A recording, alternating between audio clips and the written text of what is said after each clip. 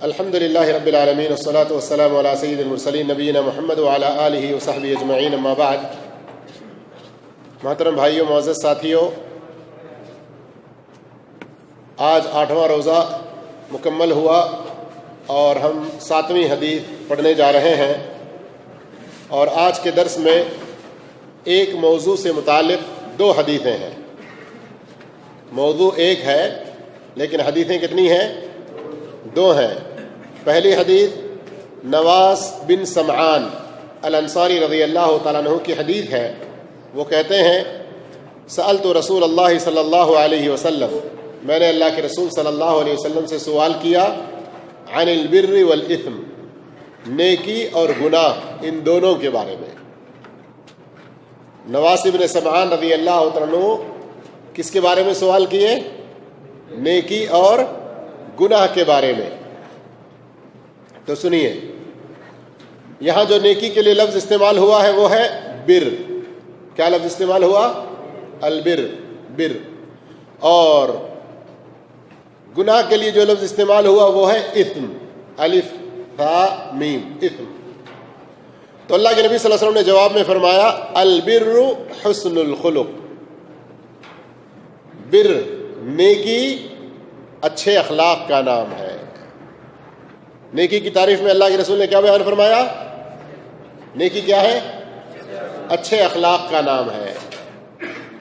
اور گناہ کے بارے میں فرمایا، توجہ سے سنیے، غور سے سنیے، گناہ کے بارے میں فرمایا والإثم ما حاک فی صدرک وکرہت ان یطلع علیہ الناس، اور گناہ یہ ہے کہ تیرے دل میں کھٹک پیدا ہو اور لوگوں کا اس پر مطلع ہونا، لوگ تمہارے اس گناہ سے باخبر ہو، اس چیز کو تم ناپسند کرو۔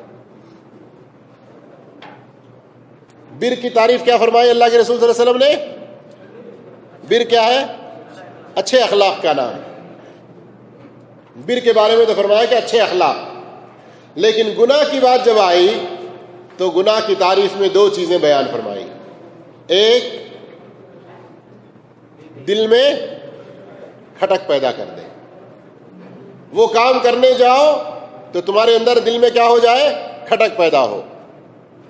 دوسرا، تمہارے اندر خوف، کراہت، ناپسندیدگی، ناگوار گزرے کہ تم وہ گناہ کرتے ہوئے کوئی اسے دیکھے، تو لوگ باخبر ہوں اس کام سے، یہ تم ناپسند کرو اور تمہارے دل میں کھٹک پیدا ہو تو سمجھو یہ گناہ ہے اور اس کو چھوڑ دو۔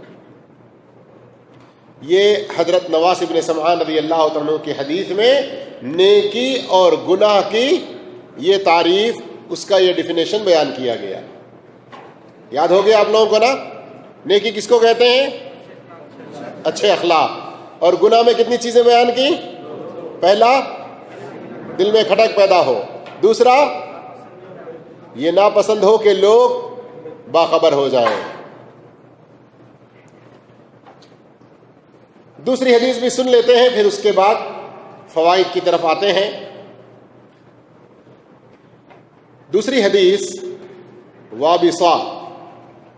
وابصہ بن معبد رضی اللہ تعالی عنہ کی ہے۔ وہ کہتے ہیں اتیت رسول اللہ صلی اللہ علیہ وسلم، میں اللہ کے نبی صلی اللہ علیہ وسلم کے پاس آیا۔ یہاں تو حدیث میں یہ مختصر ہے کہ میں اللہ کے رسول کے پاس آیا، لیکن دوسری حدیث سے پتہ چلتا ہے، وابصہ کہتے ہیں کہ میں اللہ کے رسول صلی اللہ علیہ وسلم کے پاس نیکی اور گناہ سے متعلق ساری تفصیلات جاننے کی غرض سے آیا، تو کیا دیکھتا ہوں کہ وہاں صحابہ کی جماعت موجود ہے، یہ کے بعد دیگرے لوگ سوالات پوچھتے جا رہے ہیں، لوگ فتویٰ پوچھتے جا رہے ہیں، اور اللہ کے نبی صلی اللہ علیہ وسلم جواب دیتے جا رہے ہیں۔ تو میں لوگوں کے درمیان میں سے جگہ بناتے ہوئے آگے بڑھنے کی کوشش کیا، تو کچھ لوگوں نے کہا الیک عن رسول اللہ یا وابصہ، وابصہ اس طرح لوگوں کو پھیلانتے ہوئے آنے کی کوشش مت کرو، رک جاؤ، ادھر ہی دور رہو۔ تو میں نے کہا وہ جو اللہ کے رسول صلی اللہ علیہ وسلم ہیں ان سے بڑی محبت ہے مجھے ان کے قریب ہونے دو، مجھے ان سے کچھ پوچھنا ہے۔ میں نے جب یہ کہا تو اللہ کے نبی صلی اللہ علیہ وسلم کو بھی شاید خبر ہو گئی۔ نبی کریم صلی اللہ علیہ وسلم نے لوگوں سے کہا کہ وابسہ کو قریب آنے دو، پھر مجھ سے کہا ادنو یا وابسہ قریب ہو جاؤ۔ جب قریب پہنچ گئے تو نبی کریم صلی اللہ علیہ وسلم نے خود ہی فرمایا جئت تسأل عن البر والإثم، اے وابسہ تم نیکی اور گناہ کے بارے میں پوچھنے کے لیے آئے ہو نا؟ میں نے کہا ہاں۔ تو اس اور روایت میں ہے کہ اللہ کے رسول صلی اللہ علیہ وسلم کے جب قریب ہوئے تو اللہ کے نبی نے فرمایا اے وابسہ میں ہی بتا دوں یا تم پوچھو گے؟ تو میں نے کہا اللہ کے رسول آپ ہی بتا دیں۔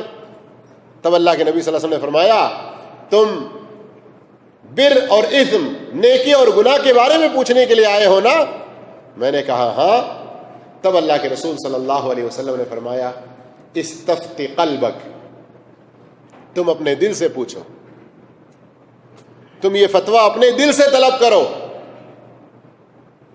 البر مطمئنت الیہ النفس واطمئن الیہ القلب، نیکی کے بارے میں اللہ کے رسول صلی اللہ علیہ وسلم فرما رہے ہیں یہاں پر کہ نیکی وہ ہے جس پر تمہارا نفس مطمئن ہو، جس میں تمہارے دل میں کوئی کھٹک پیدا نہ ہو، تمہارا دل قرار پکڑے۔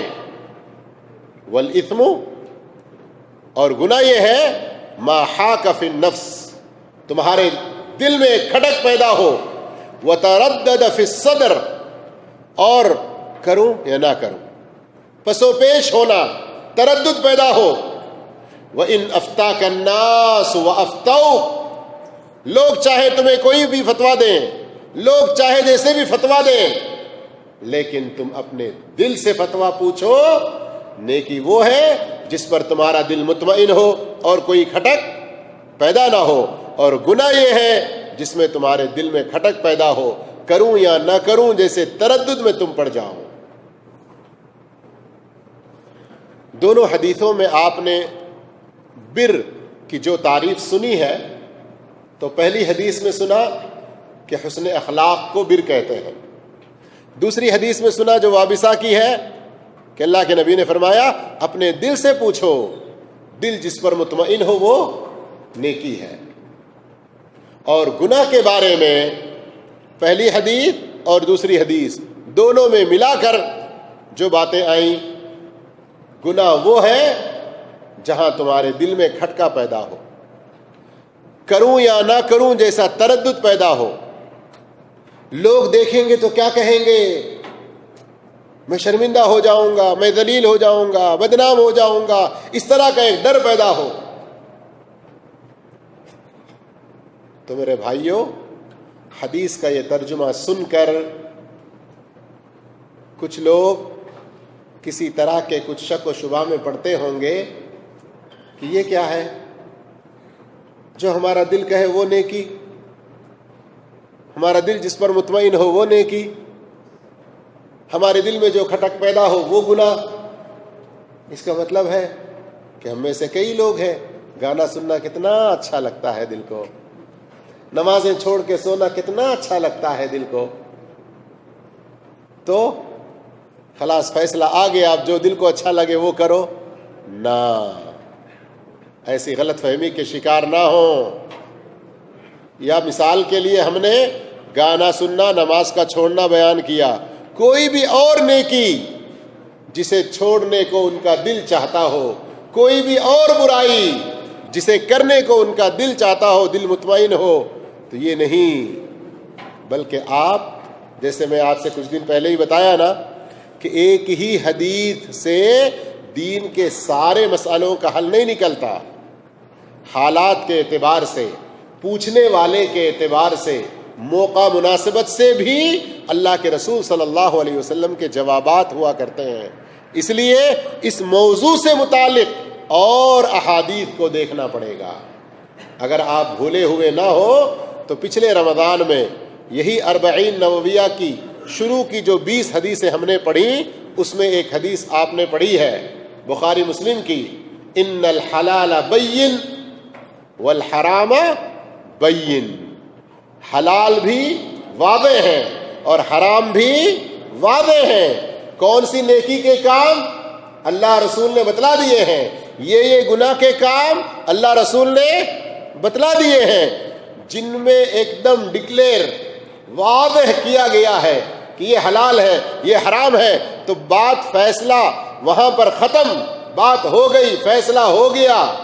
حق حق ہے، حلال حلال ہے، حرام حرام ہے۔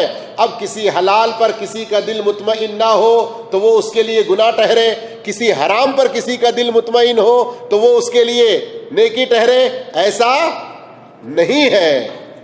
یہاں جو بات اللہ کے نبی صلی اللہ علیہ وسلم نے بیان فرمائی، اس موقع پر اس صحابی کی مناسبت سے یا پھر عام حالات میں اگر اس کو لیں گے تو ان چیزوں میں جن میں کوئی حلال اور حرام واضح نہیں ہے، یا جس آدمی کے پاس ایمان صحیح ہے، سلیم الفطرت، فطرت سے ہٹا ہوا نہیں ہے، برے ماحول، بری صحبت، گندے افکار، گندے خیالات، گندے عقیدے، شرک اور بدعت کے ماحول میں نہیں ہے، اب ایسا ایک آدمی اسے یہ حلال ہے یا نہیں ہے، یہ مجھے کرنا چاہیے نہیں کرنا چاہیے، تو وہاں پہلے سے اس کا ایمان درست ہو، نیکی کی طرف رغبت ہو، برائی سے نفرت اس میں ہو،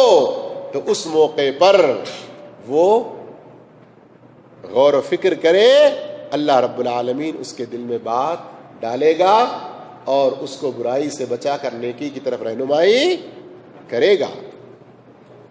اس سلسلے میں اگر ہم ذرا گہرائی میں جائیں تو بہت ساری آیتیں، بہت ساری احادیث ہیں، جیسے اللہ نے قرآن مجید میں سورہ شمس میں کیا فرمایا، وَنَفْسٍ وَمَا سَوَّاهَا فَأَلْهَمَهَا فُجُورَهَا وَتَقْوَاهَا، ہر نفس، ہر انسان کو فطرت پر چھوڑ دیا جائے تو اسے پتا ہے کہ یہ برا ہے، یہ اچھا ہے، یہ گناہ ہے، یہ نیکی ہے، یہ حرام ہے، یہ حلال ہے۔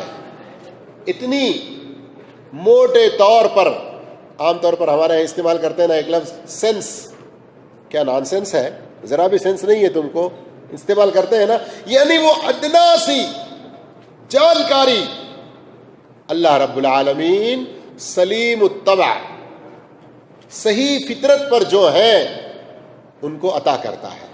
اور یہاں وَنَفْسٍ وَمَا سَوَّاهَا جو آیت میں نے پڑھی، فَأَلْهَمَهَا فُجُورَهَا وَتَقْوَاهَا، اس کے اندر یہی چیز بیان کی گئی ہے۔ اور اللہ رب العالمین نے خصوصی طور پر مومنوں کے بارے میں فرمایا، وَلَكِنَّ اللَّهَ حَبَّبَ إِلَيْكُمُ الْإِيمَانَ وَزَيَّنَهُ فِي قُلُوبِكُمْ، صحابہ کے بارے میں کیا فرمایا کہ اللہ رب العالمین کی مہربانی ہے کہ اس نے تمہارے دلوں میں ایمان کی محبت بٹھا دی اور تمہارے دلوں کو ایمان سے آراستہ کیا، وَكَرَّهَ إِلَيْكُمُ الْكُفْرَ وَالْفُسُوقَ وَالْعِصْيَانَ، کفر کے کام، گناہ کے کام، نافرمانی کے کاموں سے تمہارے دلوں میں نفرت بٹھا دی۔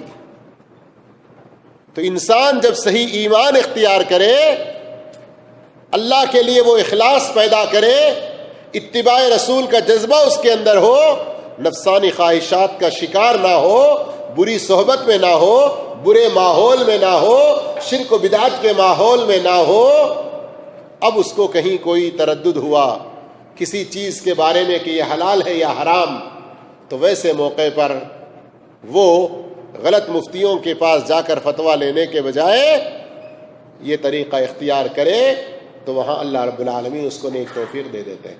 آئی سمجھ میں بات نا؟ اس سے غلط فہمی میں نہیں پڑنا۔